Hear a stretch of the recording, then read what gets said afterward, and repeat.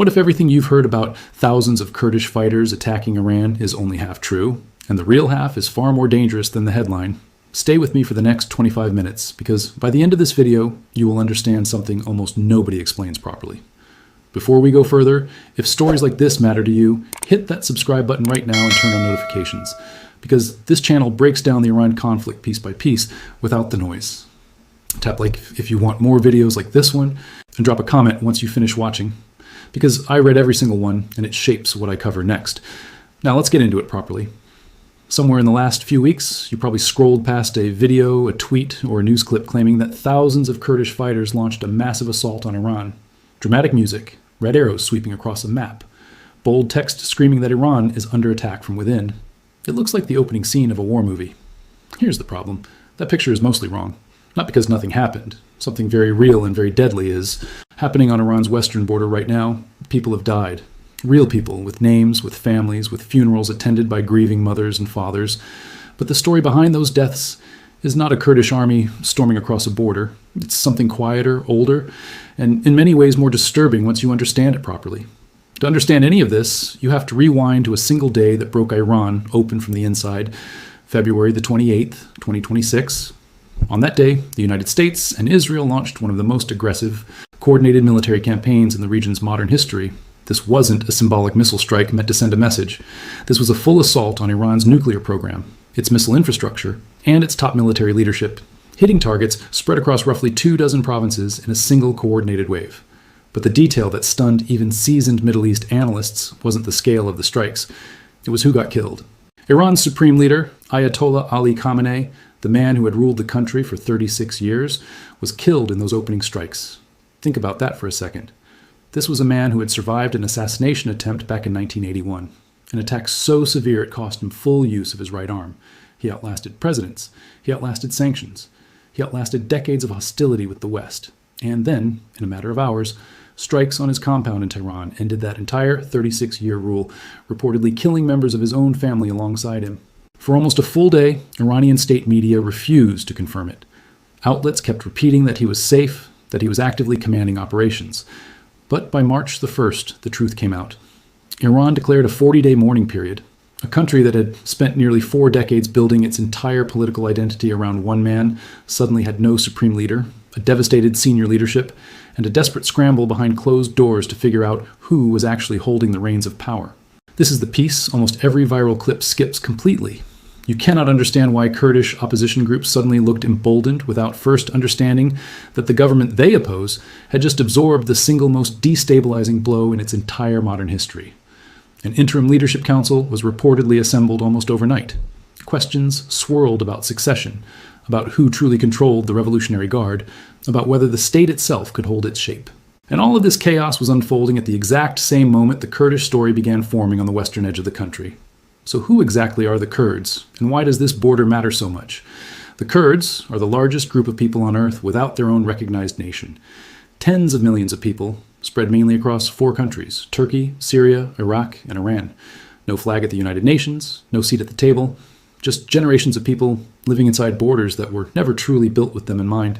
Inside Iran specifically, Kurds make up somewhere around 10 to 12% of the population, concentrated heavily in the western provinces bordering Iraq, places like Kurdistan province, West Azerbaijan, and Kermanshah. Kurdish nationalists call this stretch of land Rojalat, meaning Eastern Kurdistan, and this isn't some brand new grievance that appeared overnight. It traces back to a short-lived Kurdish republic in 1946, and armed movements pushing for autonomy have flared up again and again for nearly 80 years since.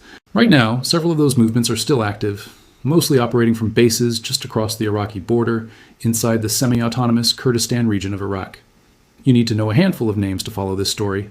The Democratic Party of Iranian Kurdistan, often shortened to PDKI or KDPI, the Kurdistan Freedom Party, known as PAK, the Kurdistan Free Life Party, known as PJAK, which has deep historical ties to the PKK in Turkey, and smaller factions, including Komala and KDPI splinter groups. Earlier this year, 5 of these parties formed a formal alliance, the Coalition of Political Forces of Iranian Kurdistan, with one clearly stated long-term goal: self-determination for Iranian Kurdistan. So when the war between the US, Israel, and Iran exploded a month later, one obvious question hung over the entire region. Would these Kurdish factions, sitting right on Iran's freshly wounded western doorstep, finally join the fight? This is where you need to slow down and pay close attention, because the honest answer is far more layered than any thumbnail could ever capture. In the opening days of that war, there was genuine, documented discussion, reported by multiple outlets, that some Kurdish factions were expected to launch attacks and push into Iran as part of the initial war plan. According to investigative reporting from that period, the idea reportedly began inside Israeli policy circles before American officials became involved. Then came the twist almost nobody talks about. According to that same reporting, President Trump reportedly pulled back from the idea at the very last moment and did not approve using Kurdish forces for a ground offensive. And the Kurdish groups themselves have been remarkably consistent and public about this.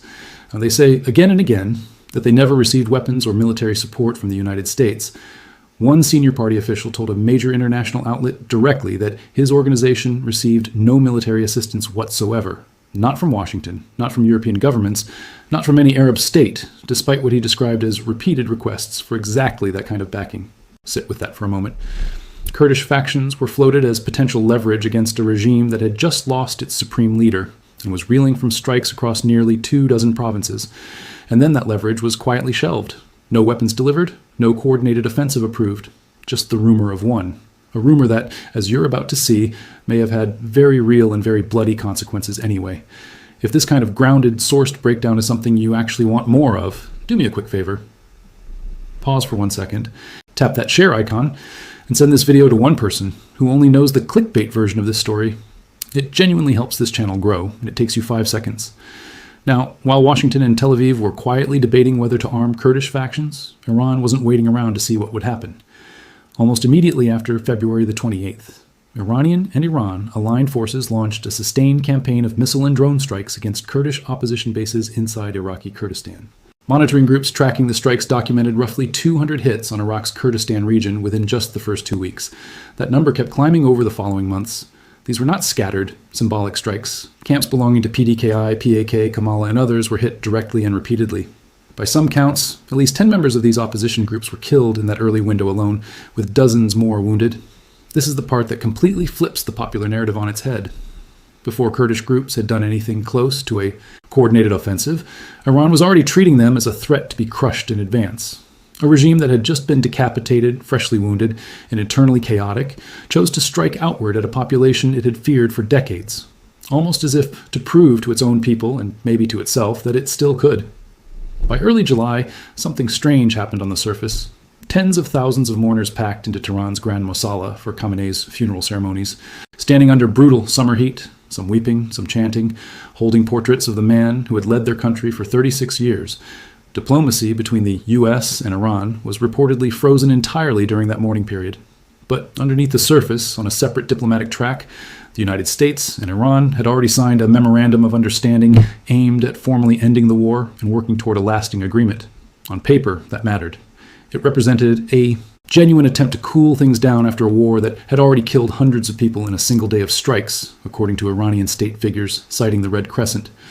But here's the detail that most mainstream coverage completely missed, and it's the exact detail that explains why you're watching this video right now. Iranian Kurdish opposition parties were never invited to that ceasefire. They were never at the negotiating table. Multiple Kurdish officials have said, publicly, on the record, that the agreement doesn't touch what they call the root problem, meaning the Iranian state's treatment of Kurdish communities inside the country. One senior Kurdish representative summarized it this way, and I'm paraphrasing his words here. The Kurdish struggle for freedom and national rights existed long before these negotiations began, and it doesn't depend on them. In other words, whatever peace was being carefully negotiated in Washington and Tehran, it was a peace that never included the Kurds. And the strikes on their camps didn't pause just because a document got signed in June. So what's actually behind the headlines flooding your feed right now? The timing and the geography both matter enormously here, so let's walk through it slowly. Late June brought the first real signs that this was spiraling. On June the 29th and 30th, clashes broke out around the towns of Mahabad, Zardasht, and Piranshar, all deep inside Iran's Kurdish majority western provinces. Iranian state reporting claims 5 members of the Revolutionary Guard were killed during that fighting. On the Kurdish side, PJAK's armed wing, known as the YRK, confirmed that 4 of its fighters, 2 men and 2 women, were killed in the same clashes. The Revolutionary Guard's regional command, based out of its western headquarters, took the operational lead on this front and released photographs claiming 6 PJAK members had died during the operation. The single deadliest incident of the entire escalation happened just 2 days later. On the evening of July the 1st, Revolutionary Guard forces ambushed a vehicle carrying 6 fighters from the Democratic Party of Iranian Kurdistan near the village of Kuskapan, close to the town of Piranshar in West Azerbaijan province. All 6 were killed instantly. Kurdish human rights monitors later published their names: Mohammed Haki, also known by his nickname Gorgali, Tuana Osmani, Abdullah Mohammadpur, Karo Hormari, Fardin Changizi, and Mohammed Amin Bazidi. I want you to actually pause on that list for a second, because it's easy to talk about clashes and casualty counts in the abstract. These were 6 specific young men, with nicknames their friends actually used, killed on a single night near a village most people outside the region have never once heard of. That is what thousands of fighters looks like on the ground in the moments when no cameras are rolling and no headline is being written yet. Within that same 48-hour window, Iranian forces struck back across the border into Iraq, hitting a Kurdistan Freedom Party camp near Erbil with 2 ballistic missiles and 2 drones. Local residents filmed enormous fires rising out of the compound. In that same stretch, Iranian forces also hit camps belonging to at least 2 other Kurdish dissident parties inside Iraqi Kurdistan. Separately, further south, in the Kermanshah region, Iranian state media reported that 2 Revolutionary Guard members were shot dead outside their own homes in the city of Pave, a predominantly Kurdish area. A previously unknown group claimed responsibility for that specific attack, and to be completely honest with you, that claim remains unconfirmed on the perpetrator's side, even though the deaths themselves were reported through Iranian state channels. The pattern didn't slow down through the middle of July either. On July the 17th, 9 members of one branch of the Komala party were reportedly killed in a single attack, according to Kurdish opposition sources. 2 days later, Iran struck Komala's headquarters directly with drones and missiles, an attack that produced images which spread widely online, including one particularly haunting photograph of a rose laid across the covered body of a Komala member during his funeral procession in Sulaymaniyah, Iraq. The economic shockwaves were real too. On July the 16th, Dana Gas became the first major energy company operating in the region to fully suspend its operations, citing 8 one-way attack drones that had targeted its facilities overnight, right as the exchange of strikes kept intensifying around it.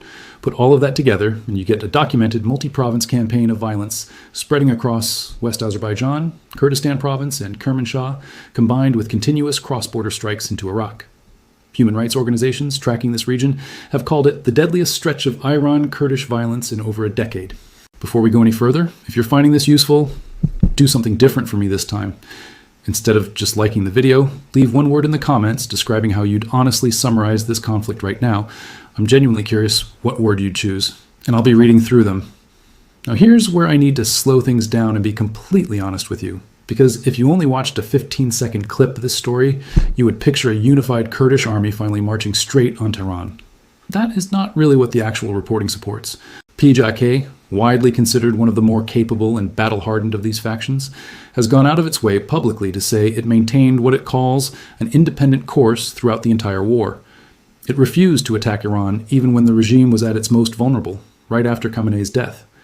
In their own public statement, responding to a wave of Iranian strikes against their fighters, they said this: "Even when the Iranian regime was at its weakest, we adhered to our independent course."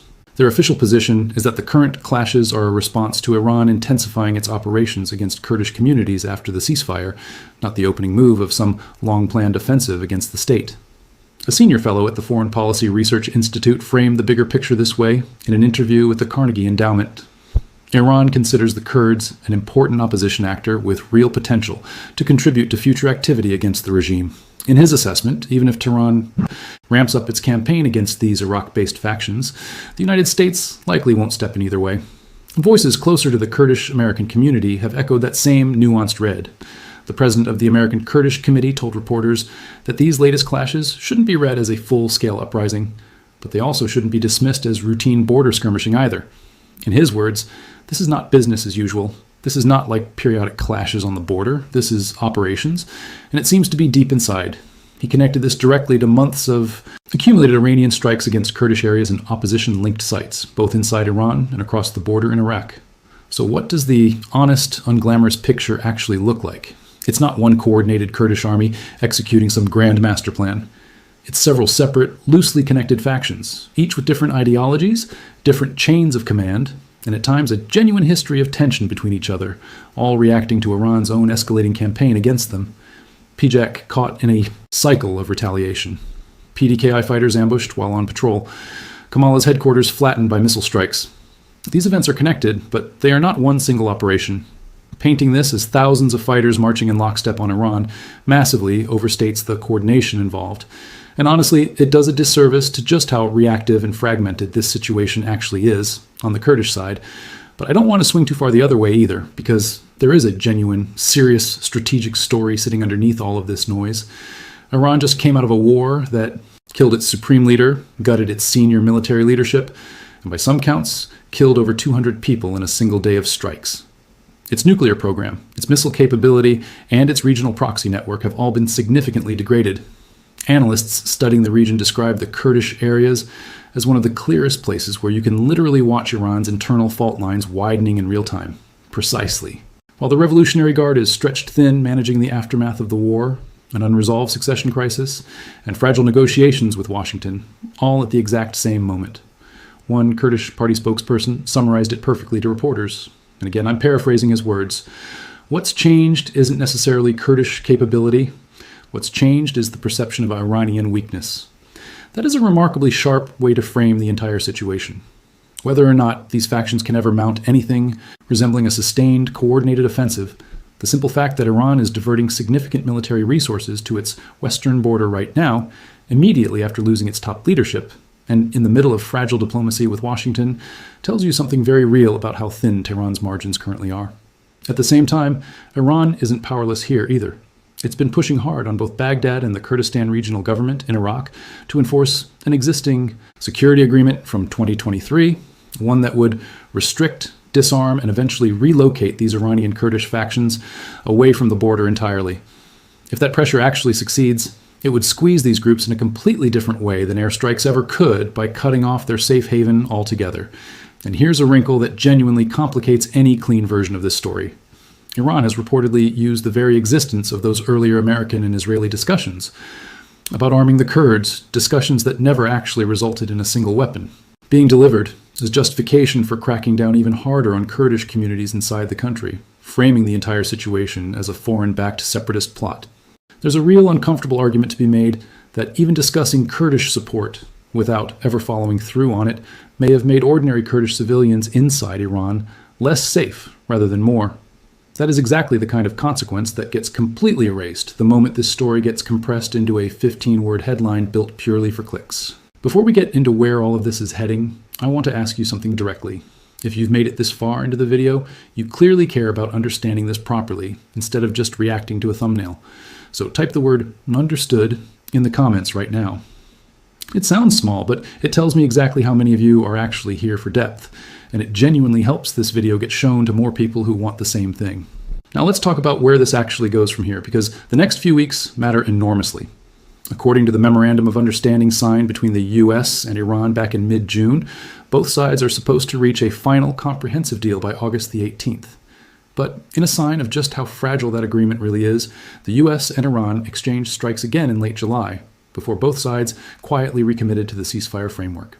That is not the behavior of a settled peace. That is the behavior of two sides that have agreed, in the broadest possible sense, to stop shooting at each other, while an entirely separate front, the Kurdish front, keeps burning underneath that fragile agreement. It's worth repeating clearly. Kurdish officials have said this specific wave of clashes was not a response to the ongoing US-Iran negotiations. One senior representative was explicit that the Kurdish struggle for freedom predates the current talks entirely and does not depend on them in any way. So if that August 18th deadline slips, or if the broader talks collapse completely, there are really two directions this could go. Iran could double down on internal repression, using the excuse of instability to justify even harsher crackdowns on Kurdish areas. Or, alternatively, you could see renewed interest out of Washington in using Kurdish leverage again, the exact same conversation that was floated and then quietly abandoned back in March. Neither outcome is guaranteed, but both are being watched extremely closely by analysts who study this region professionally every single day. So is there truth in the viral headline? Yes, there genuinely is. There is a real escalating multi-province campaign of violence between Kurdish armed factions and Iranian security forces, and it has produced real deaths on both sides over the past several months, a toll that human rights monitors have called the deadliest stretch of Iran-Kurdish violence in over a decade. Kurdish coalitions do collectively claim fighters numbering in the thousands, spread across multiple organizations. That part isn't fabricated at all. But the image of thousands of fighters executing one single coordinated strike on Iran, that part is far more clickbait than reality. What actually happened is something quieter, and honestly, something far more powerful once you actually sit with it. A handful of exiled political parties, some of them barely on speaking terms with each other, with no foreign weapons, no unified command, and no green light from Washington, chose again and again not to disappear, even after the man who had ruled Iran for 36 years was killed, even after months of missiles hitting their camps, even after their own fighters were ambushed on dirt roads near villages most of us will never see on a map. Most of the world will never learn the names of Mohammad Kaki, Tuana Osmani, Abdullah Mohammadpour, Karo Hormwari, Fardin Changizi, and Mohammed Amin Bazidi. Say those names in your head one more time. That is what thousands of Kurdish fighters actually means. It doesn't mean a faceless army sweeping across a map with dramatic red arrows. It means real young men and women who kept showing up to a fight their people have been fighting for 80 years, long before this particular war ever started. There's an old saying attributed to the Kurdish nationalist leader Mustafa Barzani that the Kurds have no friends but the mountains. It didn't come from nowhere. It comes from exactly this pattern, repeated across generations. Outside powers offering support when it's politically convenient, then quietly withdrawing that support the moment the calculation changes. The United States did something painfully similar to Iraqi Kurds back in 1975. I'm not saying history is definitely repeating itself here in exactly the same way. Nobody truly knows how the final US-Iran deal will play out. But it's a pattern absolutely worth understanding before you assume anyone has the Kurds back for the long run. This is ultimately a case study in how a real, tragic, deeply human regional story gets flattened into a sensational headline the moment it crosses into English language social media. The people actually living through this, Kurdish fighters, Iranian conscripts, security personnel, ordinary civilians caught in between, deserve far better than being reduced to a thumbnail built purely to generate clicks. If this kind of grounded, honest breakdown is something you want more of on this channel, here's the last thing I'll ask of you today, and I promise it's the final one. Scroll back up, hit that subscribe button if you haven't already, and turn on the bell so you don't miss the next part of this story, because Iran's western border is not calming down, and I'll be tracking every development as it unfolds. My honest read on all of this, as someone digging carefully through open reporting rather than as a professional regional analyst, is that this is a real and dangerous escalation. It reflects a badly destabilized Iranian state, one that lost its supreme leader in a single coordinated strike, now trying desperately to reassert control over its western border, while everything else around it is falling apart at the same time. It involves Kurdish factions that are, at best, loosely coordinated, and in several cases actively trying to avoid being dragged into a war they never started in the first place. Whether this turns into something far bigger depends entirely on decisions still being made right now in Tehran and in Washington over the next few critical weeks, especially with that August 18th deadline hanging over the entire region like a countdown clock nobody fully controls. So here is the real question I want to leave you with tonight. When the next viral headline about Iran shows up on your feed, promising some dramatic, cinematic version of events, are you going to take it at face value? Or are you going to remember that behind every one of those headlines there are real names, real families, and a story 80 years in the making that most people will never bother to learn? Thank you for staying with me through this entire breakdown, sending respect to everyone affected by this, on every single side of it. I'll see you in the next one.